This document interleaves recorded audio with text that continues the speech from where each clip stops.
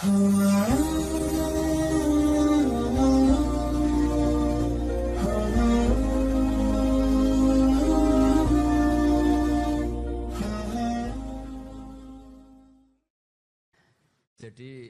dulu yang namanya zuriyah, sampean tenang saja, nasab sampean tidak kalah dengan kita. Karena nanti setelah di kuburan itu gus-gus itu nggak penting. Semua kalau ditanya bapak kamu siapa, jawabannya siapa? Nabi Ibrahim. Sudah parmin parlan hilang semua, sudah aman pokoknya nanti. Karena kalau nanti ditanya malaikat bapak kamu siapa, jawabnya Nabi siapa? Ibrahim. Makanya saya itu pemuja Allah yang serius. Sampean ya pemuja Allah, tapi kan kadang kurang alim. Saya ini pemuja Allah serius. Saya itu kalau ngaji, ya ngaji biasa belajar, itu sering nangis seneng. Misalnya saya baca tadi, Miftahul Jannah la ilaha illallah, luang kunci kok dikasihkan. Kita ini masuk neraka gak pantas, enggak bawa kuncinya kok masuk. Harusnya kita ini masuk surga, kita kan pegang kunci surga, gak pegang kunci neraka. Maka aneh kalau kamu masuk neraka itu aneh. Coba kita pegang kunci surga apa kunci neraka? Tapi kadang teman saya neraka ora ono kuncinya. Karena tidak ada pintunya. Terus saya bilang, kamu kok tahu? Memangnya mau ke sana kata saya. Saya tidak punya rencana tahu neraka. Karena nanti di antara syafaatnya Quran itu orang kalau mau masuk neraka tidak jadi. Ya nggak apa-apa ya, diatur sendiri. Jadi di antara syafaatnya Quran itu orang nggak jadi masuk neraka. Jadi syafaat itu ada dua, dari neraka diangkat ke surga, dan itu bisa lama itu. Tapi kalau syafaatnya Quran itu yang belum masuk neraka supaya nggak jadi masuk neraka. Karena neraka juga punya aturan, dia juga kena aturan fikih. Jadi lo betul ini, tak ada hujan. Jadi kena konstitusi apa? Fikih. Sama tak ceritani syafaatnya Quran itu ada orang itu beling itu fasik. Itu dia hafal surat Tabarok. Hafal betul. Tabarakalladzi biyadihil mulku wa huwa ala kulli syai'in qadir alladzi khalaqal mauta wal hayata. Pertanyaannya gini, boleh enggak orang menginjek surat Baqarah? Boleh enggak? Enggak. Padahal orang hafal Quran itu artinya ayat itu ada di hatinya. Fa inna wa ta'ala la yu'adzibu qalban wa al-Qur'ana. Allah tidak akan menyiksa hati yang menyimpan Quran, yang jadi flash disknya Quran, yang jadi rekaman Quran. Singkat cerita orang ini hafal. Pas ketemu Mungkar Nakir prosedur kan, ini orang fasik mau diantemin sama Mungkar Nakir. Prosedur ya, dia kan prosedur standar. Si surat Tabarok akhirnya menjelma jadi seseorang yang gagah berani. Kamu nggak boleh nyiksa orang ini. Saya ini kalamu.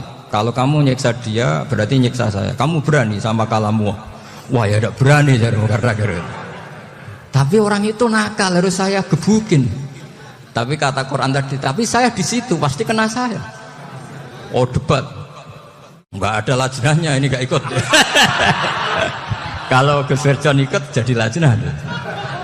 Kalau jadi lajnah pasti kroninan. Kalau santrinya dimenangkan nanti. Akhirnya debat. Ya sudah kita ketemu Allah. Akhirnya Mungkar Nakir sama Quran tadi surat Tabarok datang sowan sama Allah. Terus kata Allah, memangnya kenapa Mungkar Nakir? Saya harus nyiksa dia karena dia fasik ya Allah. Memangnya kenapa surat Tabarok? Saya ada di situ. Menurut aturan orang tuh nggak boleh injak-injak Quran. Kalau dia nutuk saya, nutuk Quran. Itu harus dikasih tahu fikihnya Mungkar Nakir. Akhirnya Allah ngendikan gini ke surat Tabarok, ya sudah terserah kamu. Kalau terserah kula Gusti, Mungkar Nakir gak boleh nyentuh orang ini. Ya sudah selamat. Sehingga terus itu sama baca di termasuk mukjizatnya surat Tabarok di tafsir Ibnu Katsir banyak. Karena tadi logikanya malaikat itu juga kena aturan fikih. Sehingga banyak ulama termasuk Said Muhammad ngendikan pertanyaan Mungkar Nakir itu tidak semua orang kena. Kalau semua orang kena, nanti kalau tanya Nabi Muhammad, waman Nabi Yuka, kacau kan jamnya. Nabi kamu siapa? Lu saya ini Nabi. Ya kan? Lah nanti kalau pas ketemu Nabi Ibrahim, waman abuka. Jadi repot kan. Makanya ada kiai yang guyon kalau ditanya, "Marobuka?" Saya ini guru tauhid sembrono. Saya ini ngajar Ummul Baro, ini kamu tanya Marobuka. Masyhur itu keramatnya Imam Malik itu. Ada Ashabu Malik, rajulun min ashabi Malik.